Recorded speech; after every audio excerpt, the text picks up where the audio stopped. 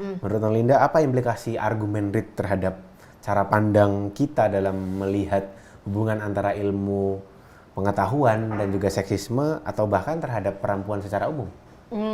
Saya pikir implikasinya adalah Reed berhasil menunjukkan kepada kita bahwa ilmu pengetahuan itu ternyata tidak netral gitu. Segala sesuatu yang selama ini kita anggap sebagai kebenaran ilmiah itu tergantung dari siapa yang menerjemahkannya, siapa menginterpretasikannya, untuk siapa dan dalam konteks apa gitu.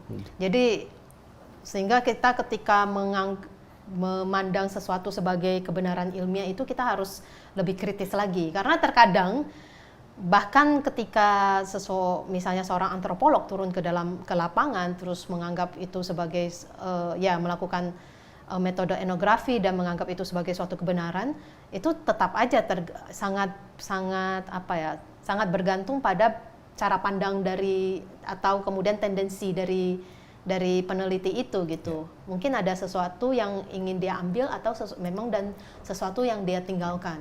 Karena di buku ini juga ditunjukkan gitu. Misalnya ketika dia berbicara tentang survivals, misalnya Morgan itu melakukan penelitian misalnya di Amerika Utara terhadap suku Indiana dan menemukan bahwa dari situ ada survivals ini kayak elemen-elemen masa lalu yang kemudian masih tertinggal sampai hingga saat ini. Dan menemukan bahwa ternyata ada kesamaan gitu, atau ada tendensi keluarga yang ditarik atau kekerabatan yang ditarik berdasarkan garis keturunan ibu di situ. Nah, kemudian tetapi survivals ini oleh antropologi setelah para antropolog pelopor ini ditinggalkan, dianggap tidak relevan dan lain sebagainya. Padahal mereka masih menerapkan itu pada beberapa hal.